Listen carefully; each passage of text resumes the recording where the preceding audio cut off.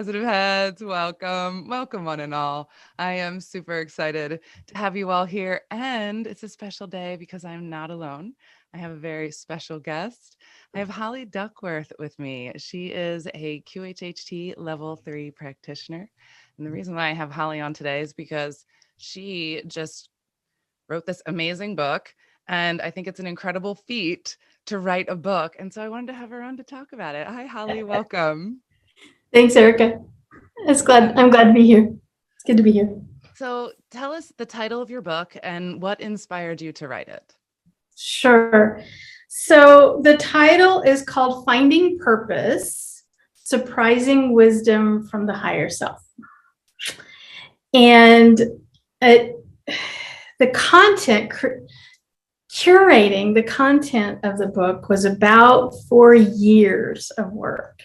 And then it was another couple of years of like putting it all together and writing it. So when you have a new book come out, everybody else is all excited, but I'm like, gee, thank God it's all over. I can only imagine the amount of work that went behind the book, knowing what's in it. So you guys will know in a minute, but right. Everybody else is like, wee, and I'm like, yeah, you finally get to breathe and relax a little. It's done. Finally. But yeah, anyway. So the book is basically, in my early years of doing QHHT, I started recognizing the similarities in questions that people would ask in their sessions, right?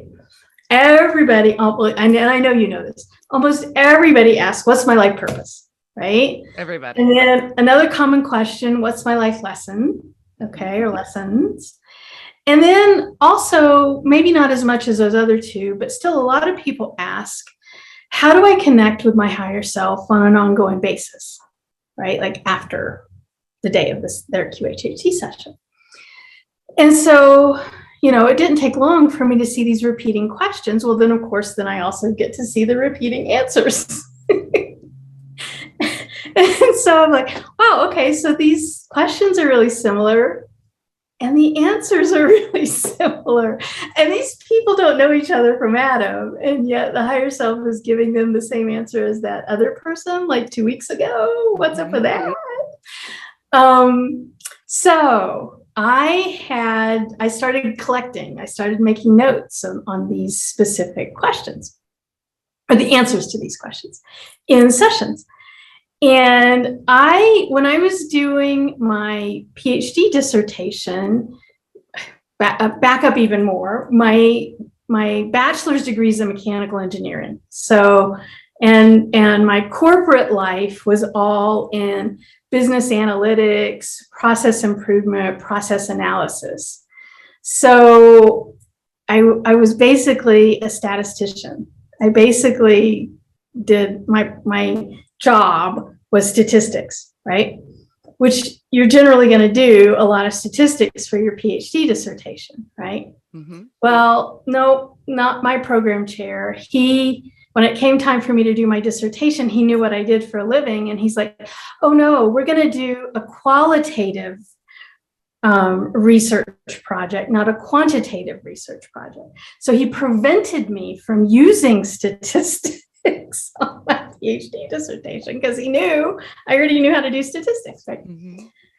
So I did this very specific kind of qualitative research, and then I got to learn qualitative research methods. And so qualitative research methods are just research methods where there are no numbers. It's literally analyzing words, okay? Mm-hmm. Patterns in words. So I kind of already knew how to do that. Now I've got all these words from all these answers from these QHHT sessions. And literally, for my own curiosity, this is how big of a nerd I am. I'm like, oh, I want to do some qualitative analysis on these words. Just for funsies. Just for fun. Yeah, just for me, right? Okay. Yeah, that's how big of a nerd I actually am. And so I did that. And then I was like, whoa, holy cow. Okay, so for what is my life purpose, thematically, once we go through all of the, mumbo jumbo for the the qualitative analysis, there were only 4 answers to that question out of almost 500 QHHT sessions. Wow. 4 Okay. out of 500. What is my life lesson? There were 3. Yeah. Only 3. So only 3. Okay. Now these are themes. They're thematic. Okay. And there are, of course, those outliers of like, well, you were here to give birth to this specific child, right? Occasionally. But in general, thematically, these things roll up to very few themes. So then that blew me away. And I'm like, okay, well then I got to share this. So then that was the book. So it was really me being a research nerd and being in the room in QHHT sessions and hearing the similarities of these answers and going, and then actually doing the analysis and go, wow, this is remarkable. Wow, it really is. Yeah. And what I love is that none of these people know each other. They don't know what the other person said. They're just having their own session and saying the very first thing that comes to mind and having the communication with their own higher self. And that's what comes out. Yeah. And you probably do this too in your sessions, in that, like you're going through the list of questions, right? And here's what goes through my mind. I don't, of course I've got poker face on, but it's like, oh yeah, I know what this answer. Oh, I can't wait for them to get into this one. Oh yeah, okay, yeah, this will be interesting, all the time. Like, can't wait to see what they're gonna say about this one. Yeah. Here we go again. Yeah. My favorite thing too is when consciously in the interview that they're feeling one way and then their higher self tells them something else. Yeah. That happens all the time. And that's my favorite. Yeah, here's one of those examples. Okay. I don't even know if I should share this because it might make some people really, really happy. But people come in to quit smoking or drinking or whatever habit, some bad habit. Okay. And so first question, we're talking to the higher self. So, Mary has this habit of smoking cigarettes. What advice would you have for her? And invariably, I would say probably about half the time, the higher self is like, well, we don't care. She can do it if she wants. Yeah. It happens a lot. It does. Like, wait, she came here. Like, that was the point of the whole session, was to quit smoking. And here you are telling her that you don't care, from a higher level. It doesn't matter. Sure. Like, it's not hurting them. They use it for grounding. Like, there's so many reasons. Yeah. And if it is hurting them, then that's the answer that they get. But it's and the other half of the time it is, she's using that as a crutch because she needs to be doing X, Y, or Z or whatever. Yeah. I love it that it's not just one way or another. Not good or bad. Yeah. I just had a client just a couple of weeks ago that for vaping, which is basically the same thing. She wanted to quit vaping, and the higher self, is like, well, we don't care. It's not hurting her. She can do it or she can't. And then they said, because now she was is a very young woman in her 20s, and now every time she does it, every time she vapes, like there's this layer of like guilt or shame or whatever on top of it. And what the higher self said is what we really want her to do is just enjoy it when she does it. Yeah. I'm so glad that you said this, Holly, because this is such an immense point, whether we're talking about substances like tobacco or whether we're talking about the foods that we eat. The point is enjoying it. Right. If you're eating the right, quote unquote, diet that you're supposed to eat, but you hate it and you just like can't handle scarfing it down, then you shouldn't be doing that because it's energetically it's just a disturbance to you. And she was so cute. I mean, I think she's like 21 or 22. Her mom came to pick her up. Okay. That's how young she was. And her mom comes in and she's got this ear to ear grin and she's like, I can keep vaping and I can enjoy it. Sure, mom was so excited about that. Yeah. Thanks, Holly. That's why I brought her. Paying the bill too. And I'm like, oh, God. Well, hey, you know what? What's important, right? That we're happy and enjoying life. It's interesting that you bring this up because this has come up a few times synchronistically in the last couple of days that I've had this conversation. And I had a patient years ago when I was still working in the medical field, and he had had a heart attack, and I was seeing him maybe once every 3 weeks. And he had this heart attack, and he was this Arizona cowboy. You know, he loved his cigarettes and he loved his scotch and he loved his beer, and leave him alone. You know, he just, that's what he enjoyed, like to sit on his porch, and that's what he liked to do. And he found enjoyment in that. Well, after his heart attack, you know, his entire family wouldn't let him do any of those things. So it was all taken away from him, and he was miserable. Yeah. And every time I saw him, it was like week after week, he looked just pale, miserable, gray. And I was like, oh man, what's the matter? And he's like, you know, telling me that they took all of his fun stuff away. Yeah. Yeah. Well, the next time I saw him a few weeks later, he comes in, it's all pink, chipper, walking in, you know, so excited. And I'm like, what's up with you? You started smoking again? Damn straight I did. You know, like you can obviously tell he's enjoying his life again. So Yeah. that's Yeah. not what caused his heart attack. Yeah. Whatever you do, just enjoy it. Yeah. Yeah. Yeah. That's all they want. That's all they ever want. Yeah. Yeah. Yeah.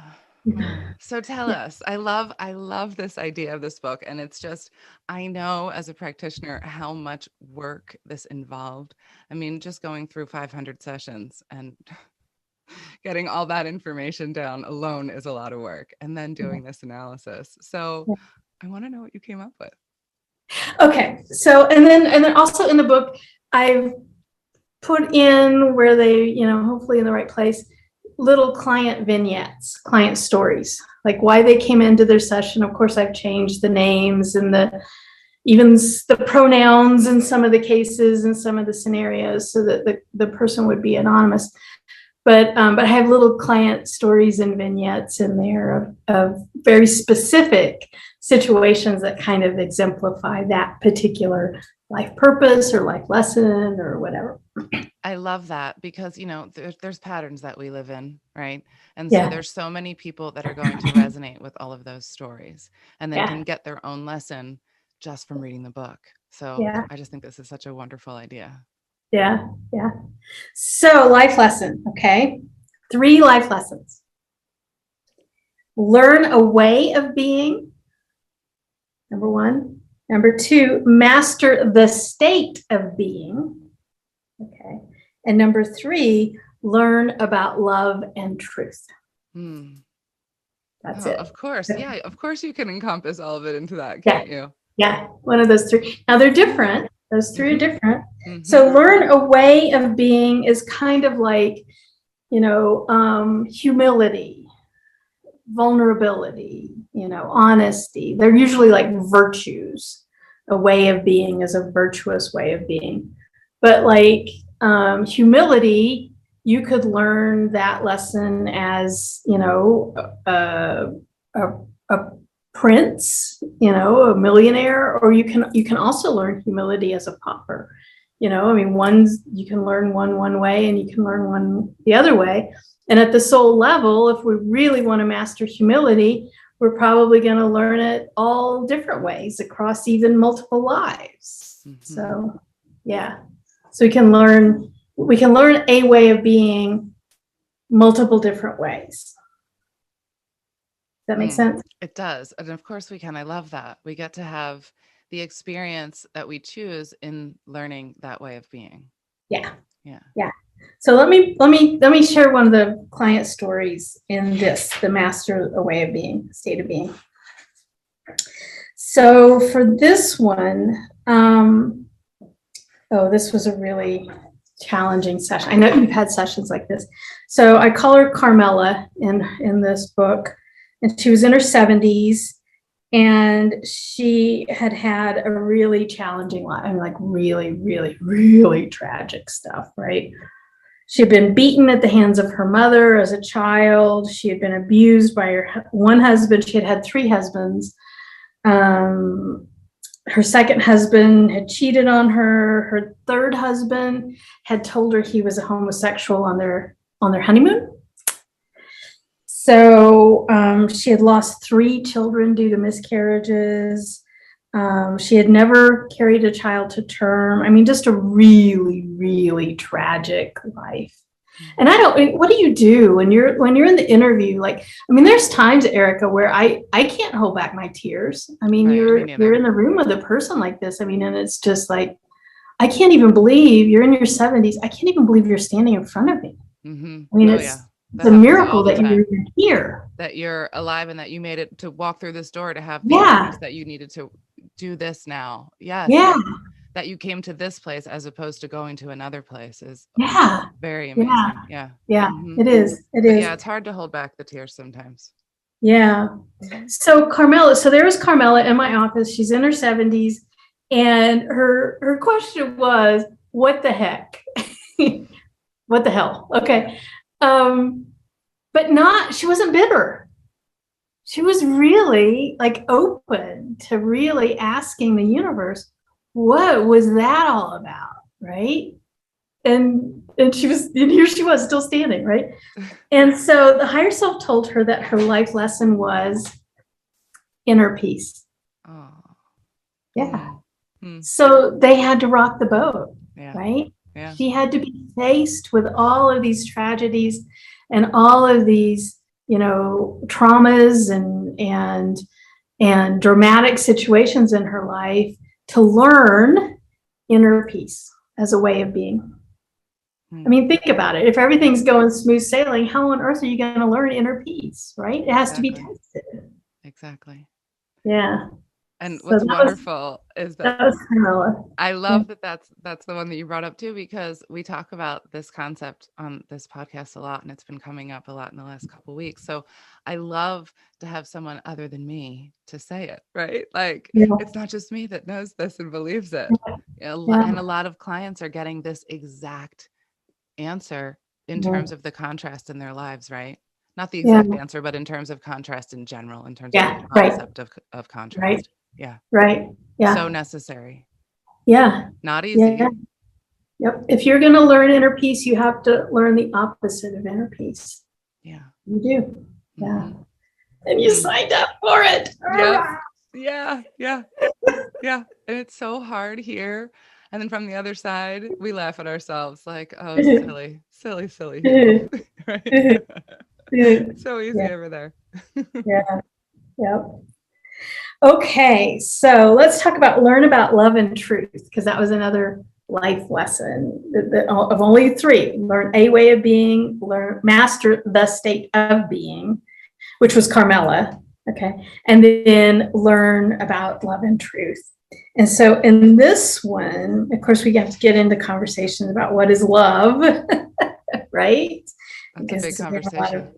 Yeah, because we have a lot of misconceptions about what that word means.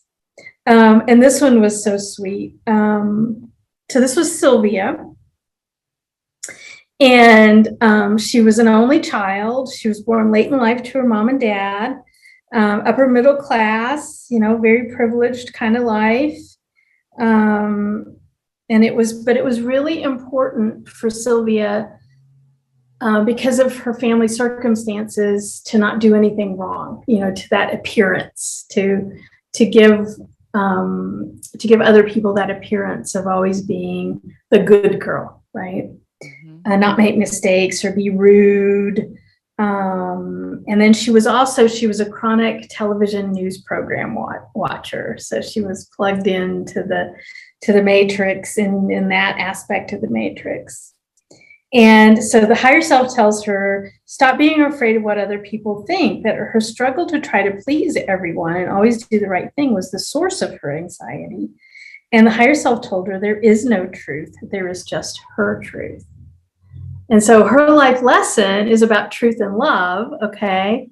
And the fact that, here she was trying to fit in, being a round peg fitting into all the square holes, right? Or vice versa, I guess is how you say that.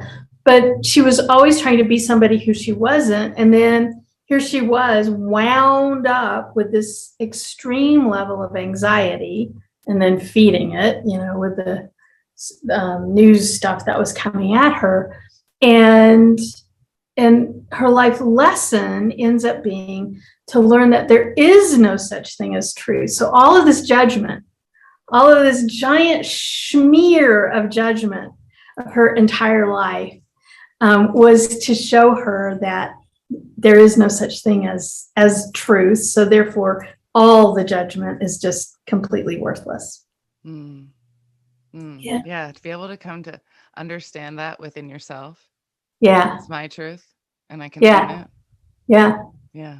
Yeah. That's huge. My universe is my universe. Your universe is your universe. Now, right now, our universes are touching, but that's it. I can't judge your universe. You can't judge my universe.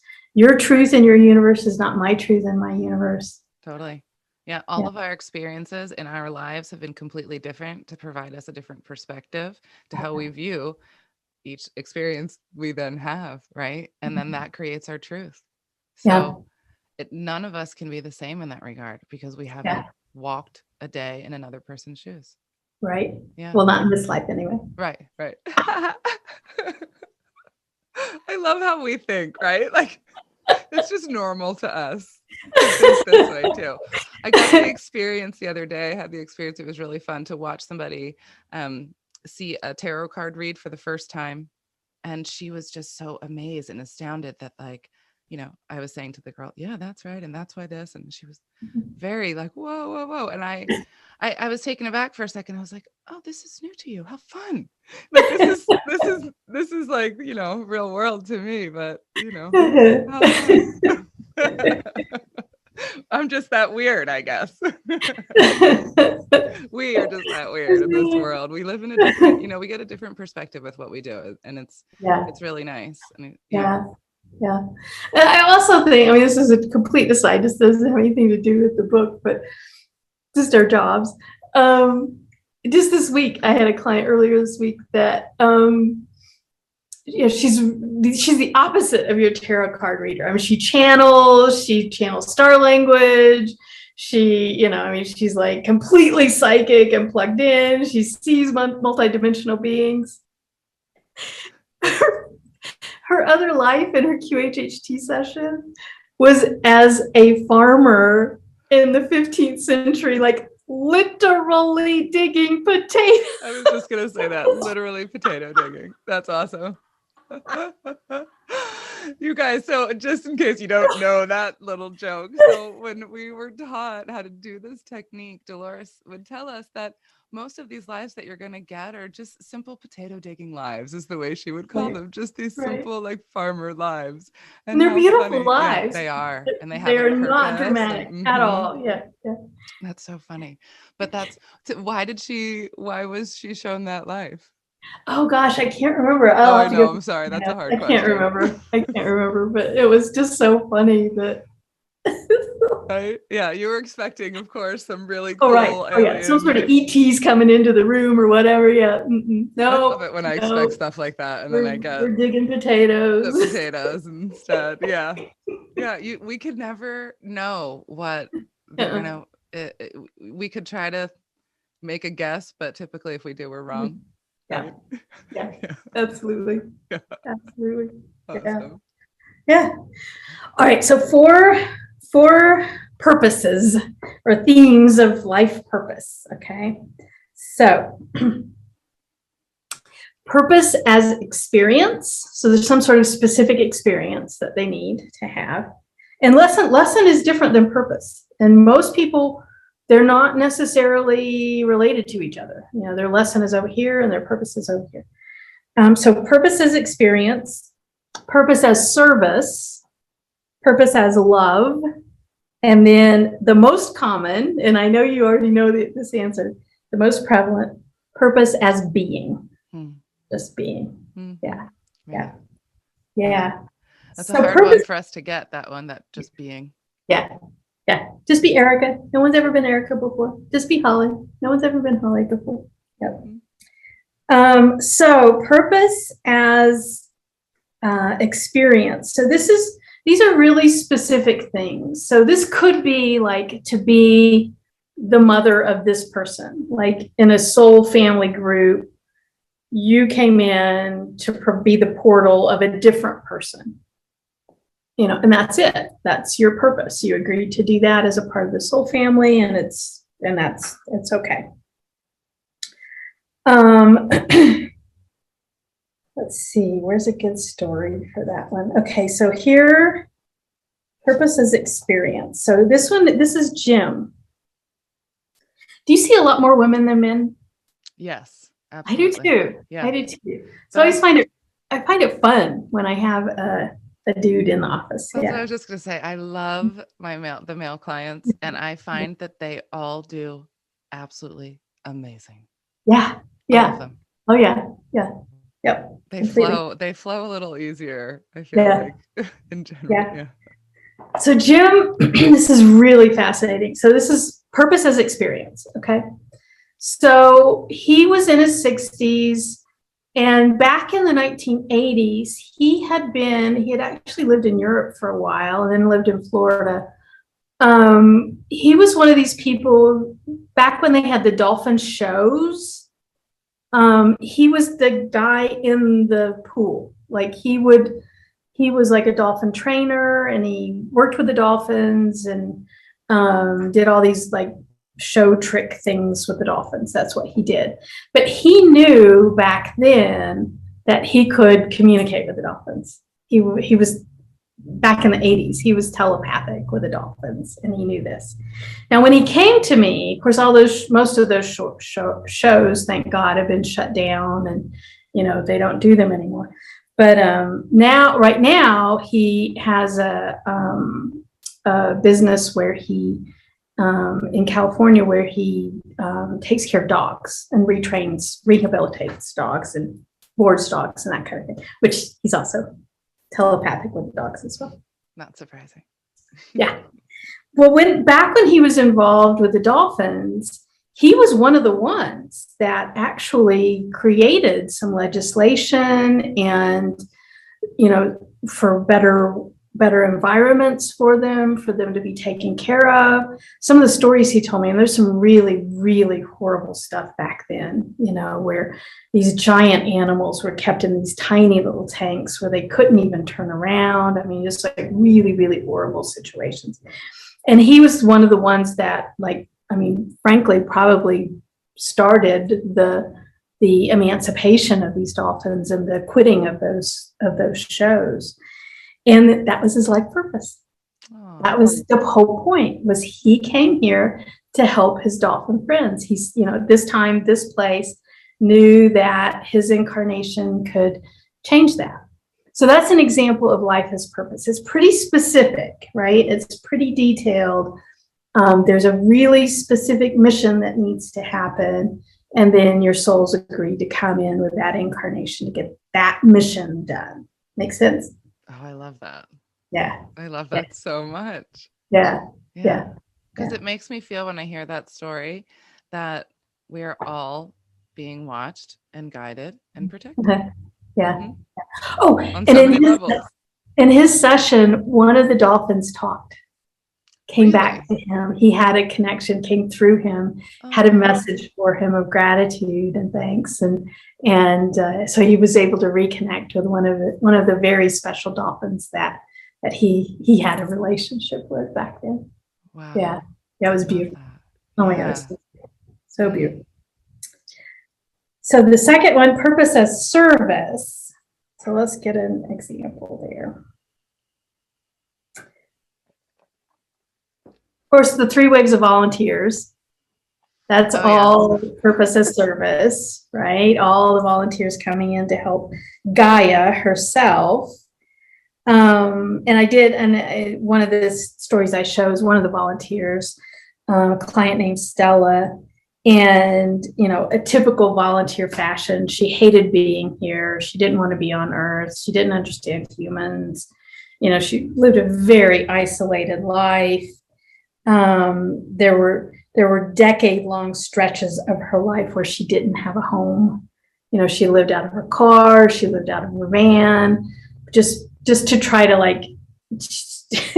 very intentionally not participating in humanity. Like, you people are crazy. I'm not, I don't want to be here. And then, of course, we found out that she's lonely and she's isolated because she doesn't feel like she's at home. She was a volunteer, and this was her only incarnation on Earth. She had never been here before. She'll never be here again. She only came here as a wave tour to, just to literally physically be here for her soul level vibrational frequency to help Gaia herself. So, yeah. So service, life purpose as service, the volunteers are a big example of that. Mm-hmm. Do you get a lot of volunteers in your work? I was just thinking, I haven't had a lot of volunteers lately at all. Yeah. Interesting. Yeah. I think, of course, Dolores wrote that book, I want to say in like 2010, 11-ish, I think, maybe 13, I don't know. But, she was doing the research in like the late 90s, early 2000s, I'm guessing. So there's been kids born since she even did any of the research, right, that are old enough to have sessions now. Sure. And I think there is like a wave 4, probably. I agree. Yeah. I have one at home. That's why I know. Yeah. Okay. Yeah. Okay. Absolutely. Yeah. Yeah. It's interesting, this new wave. They're teaching us a whole new thing. They're teaching us how to they're just light beings, and they know they're light beings, don't they? Oh yeah. My son does energy work. Okay. He literally, he's a little energy healer, and he will do energy work, and then you'll watch him. He'll just toss the energy away as he's, swiping your body and then tossing the energy away. And he's 3. He's 3. Yeah. Yeah. He can see things and laugh at things that we don't see. All the things that they do. Yep. Yeah. Wow. Yeah. That's amazing. Yeah, it's really fun to watch. But I also think, I think I am seeing more volunteers than I think. It's just not coming out in that way that they're actually being specifically told that. Although their purpose is similar. A lot of them, their purpose here is of service. And just helping the planet to heal and helping the people. So that's volunteer in my eyes, right? Yep. All right. The third purpose as love. Okay. And this one is, again, love is not an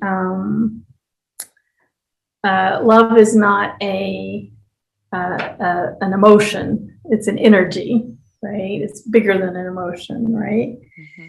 And so one of my favorite client sessions, Carly, another one who had extreme trauma in her early life.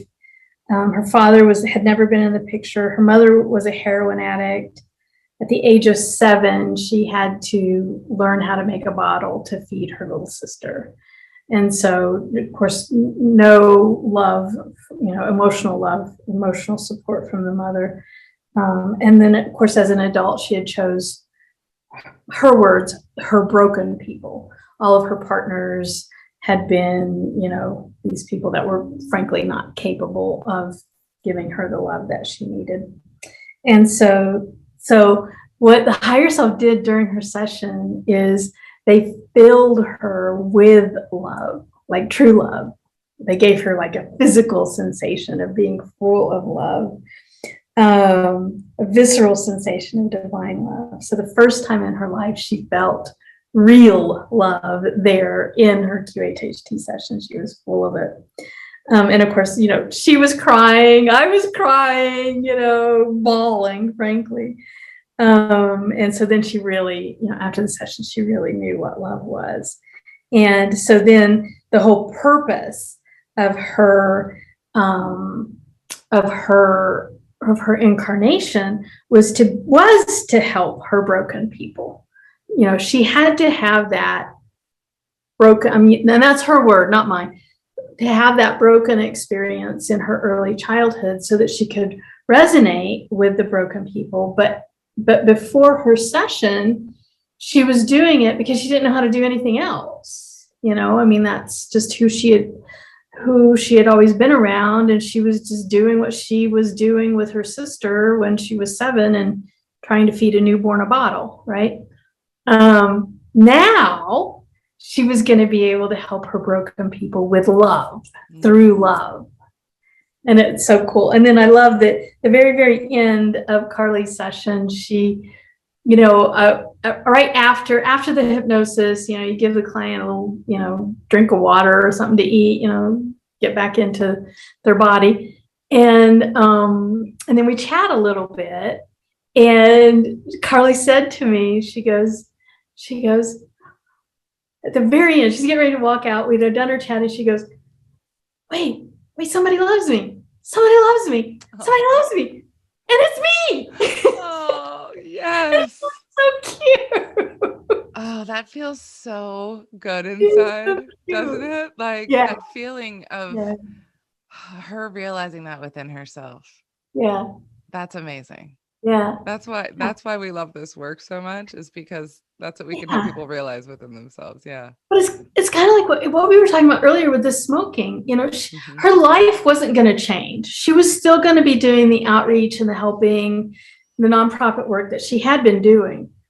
But her attitude around it, her beliefs around it, and how she was bringing herself to it was completely different. Yeah. Yeah. Yeah. That's the name of the game, isn't it? Yeah. Yeah. But there's always two choices.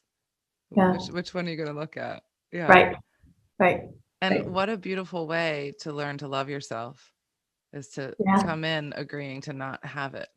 So you have to learn it. Yeah. We actually found out in her session that her mom was a soul family member. Yeah. Yeah. This, horrible villain mom, heroin addict mom that couldn't even care for a 7-year-old and a newborn, it was very intentional. It was on purpose. Mm-hmm. Yeah. Amazing what we think is, that's a good plan on the spirit side. Right. Well, let's take it. Yeah. I'll volunteer for that. I'll play that role of villain. Yeah, sure. I'll have that at the same time. Sure. I'll have that experience of what it's like to be addicted to these drugs. Yeah. Interesting, right? Like all the different experiences and perspectives that we can have. Yeah. And so then the last kind of purpose. Okay. So we have purpose as experience. We have purpose as service. We have purpose as love. And then the last is purpose as being. And I always say, I'm trying to break myself of saying just being, because the just kind of minimizes it. Because when you practice being, it's actually not easy. It's not just being. It's really hard. Right. To be, right? Yeah. But anyway, that's the most prevalent. Okay, so this is I know you'll resonate with this one too. I'm sure you've probably seen it before in your work. So Kelsey came in not for herself, for a surrogate session. And so sometimes we have that, obviously we don't practice with children, but the mother can come in and we can do all kinds of healing with children surrogately. So that's what Kelsey had done. And she wanted healing for her sister Brittany, and Brittany has severe cerebral palsy. And so, so the whole point of Kelsey being in my office had nothing to do with her, had everything to do with Brittany. And she was going to cure Brittany, right, through QHHT. And of course, we find out that Brittany is not to be cured. Brittany is having the exact experience Brittany wanted to have in this body that couldn't walk on its own, talk on its own. I mean, actually in a certain way, even think on its own. Brittany was experiencing the life of being. Brittany had the purpose of being. And so then if there was healing that was given to Brittany's physical body, then that would go against the purpose of the incarnation. So, sure. Yeah. That was the whole point of it. So we can't take it away. Exactly. Yeah. Exactly. And I'm assuming that this session obviously turned into be about Kelsey. Yeah. Yes. Yeah, of course. Yeah. Yeah. Brittany just volunteered to bring her in. Exactly. Yeah. Kelsey had some healing to do. Yeah. Sure. Of course she did. Yeah. I love all the roles that we play in those roles. Like, Yeah. imagine all the ways that Brittany is helping Kelsey. Yeah. Yeah. Yep. And And this I is think Dolores even said that there's like lines of souls waiting for a disabled body because exactly, yeah. yeah, That's you can get exactly so what I much was going to more. say. Because, Yeah. because Yeah. you learn so much and you get to provide so much. Yeah. So you get to really, how we were talking about contrast earlier, like the Yeah. harder it is, the more you learn. So that's really, really hard. So you Yeah. get to learn a whole lot. Yeah. Yep. Hard to wrap our brains around it, but I that's know. just kind of the way it is. I know. So we Yeah. hear from every higher self ever. I know. Right. They don't lie. And to have all the clients say the same things, Yeah. Yeah. a lot to that. Yeah. Yep. So we should all be listening up, right? Right. Right. And that's the point of the book. It's like, well, how many people can't get into a QHHT session? Yeah. Well, one of your life purposes and one of your life lessons is probably one of these 4 purposes or 3 lessons. So if you really understand and embrace all of those, then there's probably one that resonates with you. I would say most definitely, because all the sessions that I've done in my 8 years of QHHT so far, I would say they all fit into those categories. Of course they do. Yeah. And like I said, there's a few outliers. I mean, there's some unusual ones out there. But yeah. Yeah. Yep. Oh, how wonderful. So let's talk about this concept of being, because I know that's a hard one. Yeah. Right. And I Yeah. feel like the just part comes from the higher self, because they say just be, because for them it's like so simple, just do this. Yeah. Right. For us, it's not. For us, it's like, hold on, how do you just be? Yeah. Yeah. Like, how do you just slow down? Right. Well, and also it's also some of what we were talking about earlier, why I think that that's so counterintuitive to the way we've usually been raised and all of the cues that our society gives us is because if you're going to just be, then you can't have judgment of anything. Oh, I should do this. Oh, I should do that. Oh, but look, I have this certificate, Oh, let me set this goal. How should, let me make sure my time is productive. How do I do this efficiently or whatever? If you start peeling the onion back from all of those statements, it's about judgment. Well, I want to be good. I want to do the right thing. If actually your purpose is to just be, there's no right or wrong. You can't have any judgment about anything. And like literally everything in our society tells us that, well, there's good and bad. There's right and wrong. Yep. Yeah. Yeah. To be able to have that understanding and come to that balance. That's what we're all working on, right? Yeah. Not judging ourselves, not judging others. That way we can all just be and happily live in our passions. Exactly. Our excitement and enjoy it. Exactly. Smoke our cigarettes and eat our pie. Just kidding, you guys. Whatever makes you happy. Enjoy every minute. I'm not promoting anything. Don't get mad. I'm promoting enjoyment in life, that's for sure. As long as you're not hurting yourself or hurting anybody else, right? Yeah. We're here to be and love. I love it. I love this book. Where can people find it? Amazon, of course. It's on Kindle too. And I think right now Amazon has it on whatever the Kindle, the special Kindle thing is, the ultimate or whatever that is. It's free. Oh, cool. Part of that. And then the paperback's available on Amazon also. It's available on Barnes and Nobles. And then also on my website, awarecaredurango.com. And if you buy it there, I sign it and send it to you. Oh, that's so cool. Yeah. Extra little perk. Yeah. Awesome. Yeah. So your website is awarecaredurango.com. AwareCareDurango.com. Beautiful. So you can find the book there. And also, anybody who's in Colorado and wants to have a QHHT session can find Holly in Durango and schedule an appointment with her. So yeah, Yeah. awesome. Yeah. Anything else you want to say before we head out? It's just been a pleasure. It's been a pleasure talking to you. Super Yeah. fun. Thank you Yeah. so much for joining me and for sharing about your book. Yeah. And I know how helpful these concepts are for people. And I'm just grateful to you for putting all this work in so that more and more people can get it, right? And to have those Yeah. little sparks go off within them. So Yeah. I thank you for doing the work for all of us, Holly. Yeah. Yeah. My pleasure. And it's Awesome. over. Right? Yay! Done. On to the next, right? We'll see when that one comes. We'll have you back on when that one comes out. Awesome. Thank you so much. Until next time, thank you all. And thank you, Holly, so much again. All right. Bye-bye.